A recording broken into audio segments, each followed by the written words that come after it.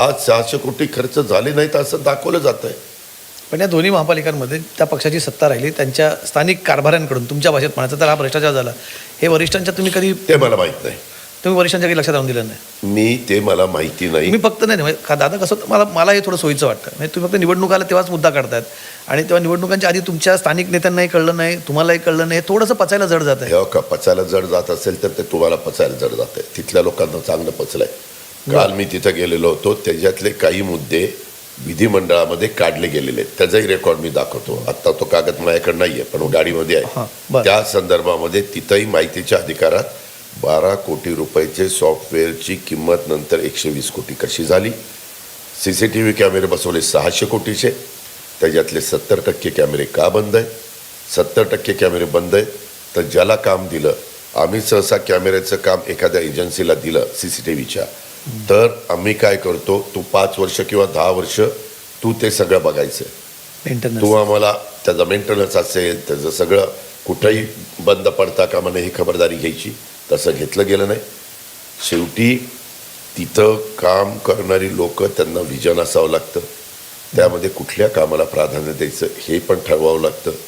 आज आपले एवढे दोन्ही शहरातले DP प्लॅनचे रस्ते हे केले जात नाही.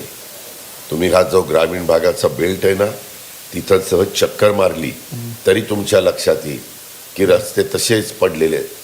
आणि जिथं ह्यांचे लांगे बांधे आहेत, ह्यांचे कन्स्ट्रक्शन चालले, तिथले मात्र रस्ते लगेच होतात. का तर त्यांच्या बिल्डिंग झाल्यानंतर त्याला रेट चांगला त्या ठिकाणी यावा अशा पद्धतीनं हे प्रकार. तिथं कुत्र्यावर नसबंदी केली, 7 कोटी रुपयाचं बिल दाखवलंय.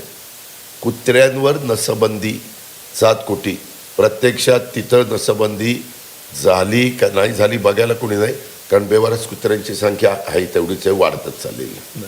तुम्ही म्हणतात की तुम्ही स्थानिक पातळीवरच्या कारभारावरती टीका करतायत, स्थानिक कारभारी, स्थानिक नेते, पण तिकडनं मात्र असं होताना दिसत आहे. सगळ्यात पहिले म्हणजे काल देवेंद्र फडणवीसांचा मी सकाळी जेव्हा त्यांचा इंटरव्ह्यू केला, त्यांची मुलाखत केली, त्या देवेंद्र फडणवीस म्हटले की आम्ही हे ठरवलं होतं की आम्ही स्थानिक पातळीवरती बोलू, आम्ही संयम पाळला, मात्र अजित पवारांचा संयम ढळला आहे. CM साहेबांचं तसं मत असू शकतं. मी 13 तारखेचं मतदान झाल्यावर मी त्यांच्याशी बोलू. ते हे म्हणतात की युती धर्म पाळला नाही अजित पवारांनी. आम्ही बोलू ना, ते आमच्या दोघातला प्रश्न आहे ना. आम्ही सरकारमध्ये जात असताना आम्ही त्यांच्या वरिष्ठांशी चर्चा करून गेलेलो आहे. आम्ही काही खालच्यांशी चर्चा केली नाही आहे. त्याच्यामुळं ज्यांच्याशी आम्ही चर्चा करून सहभागी झालो केंद्रात आणि राज्यात, त्यांच्याशी मी चर्चा करीन. म्हणजे फडणवीसांच्या वरिष्ठांशी?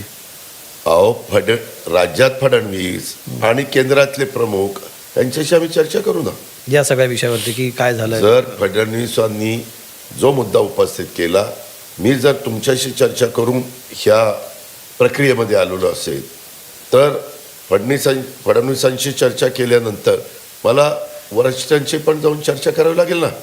अच्छा, म्हणजे हा विषय आता तिथपर्यंत जाईल नंतर केंद्रापर्यंत. तसा वाटला तर. दुसरीकडे तुम्ही म्हटलात परत एकदा त्याशी जोडून दुसरा प्रश्न होता की तुम्ही स्थानिक पातळीवर त्या विषय ठेवतात, इथल्या नेत्यांनी विषय काढतात, कोणतरी म्हणतं की तिथले नेते म्हणतात की अजून सिंचन घोटाळ्याची फाईल बंद झाली नाही. एक जण म्हणतात की आम्हाला अजितदादांना सोबत घेतल्याचा पश्चाताप होतोय. त्यांनी काय बोलावं तो त्यांचा अधिकार आहे. मी पुन्हा सांगतोय, मी ज्यांनी स्टेटमेंट केले त्यांच्याशी बोलून युती केलेली नाही, सरकारमध्ये पण हे कितपत योग्य वाटतं अजितदादा तुम्हाला? मला त्याच्याबद्दल कॉमेंट्सच करायचे नाही. आता आज आहे तारीख 11, 12 आणि 13 तारखेपर्यंत संध्याकाळपर्यंत प्रचार चालणार आहे. आज 12 तारीख किती? सॉरी 12 चुकून मी 13 म्हणलं, 11 म्हणलं. 12 तारीख आहे, उद्याचं संध्याकाळचा आहे. झालेली लगेच ब्रेकिंग न्यूज सुरू होत आहे. मला नवीन प्रश्न निर्माण करायचे नाहीत. मी फक्त त्या महानगरपालिकेत जाऊन सांगली मिरज कुपवाड असेल, माझं लातूर असेल, माझं परभणी असेल, माझं अमरावती असेल किंवा कुठल्याही ज्या महानगरपालिकेमध्ये मी प्रचारात जातो तिथले प्रश्न घेऊन मला बोलायचं आहे आणि त्या पद्धतीने मी बोलतो. पण दादा आम्हाला असे फक्त पुणे पिंपरी चिंचवडमध्येच अडकलेले दिसत आहेत. मी आता नावं घेतली ना, पण तिथे तुम्ही फार जाताना दिसला नाही. तुम्ही आम्हाला शेवटी फोकस दादांचं फक्त इथे का? माझं हे होमटाऊन आहे. शेवटी तिथं मी 25 वर्ष काम केलंय पिंपरी चिंचवडमध्ये, 10 वर्ष काम केलंय पुण्यामध्ये. पुणेकरांनी पण 2007 ते 2017 हे 10 वर्ष आमच्या ताब्यामध्ये पूर्ण नव्हती. आम्हाला पहिल्यांदा 2.5 वर्ष काँग्रेसने आमच्याबरोबर यायचं नाही ठरवल्यावर आम्ही भाजप शिवसेनेला बरोबर घेतलं होतं आणि पुन्हा पॅटर्न म्हणून तो प्रसिद्ध झाला होता. 2.5 वर्षांनी त्यांचे नगरसेवक म्हणले आम्हाला काही जमणार नाही, आम्ही बरोबर जाणार, आणि मग 2.5 वर्षांनी पुन्हा आम्ही एकत्र महानगरपालिकेत काम करायला लागलो.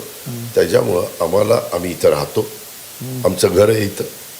आज आपण जिथं राहतो तिथं जर हे समस्या असतील, हे प्रश्न असतील, तर आम्ही त्याला प्राधान्य द्यायला नको. तुम्ही या सगळे आरोप जेव्हा स्थानिक याच्यावरती करतात, देवेंद्र फडणवीस काल पुण्यात होते, ते असं म्हणाले, त्यांनी एक शेर ऐकवला की तुम्ही भ्रष्टाचाराचा आरोप करत असताना धूल चेहरे पर थी मग आईना साफ करता रहा, असं ठीक आहे हो. हे असं बोललं काय होतं कमलेशजी, 2017ला निवडणूक आठवत नाही तुम्हाला? 2017ला भाजप शिवसेना सरकारमध्ये असताना मुंबईमध्ये एकमेकाच्या विरोधात लढले, बिलकुल ठाण्याला लढले, पार त्या वाघाच्या घशात हात आणि सिंहाच्या घशात हात, काढा पेपर.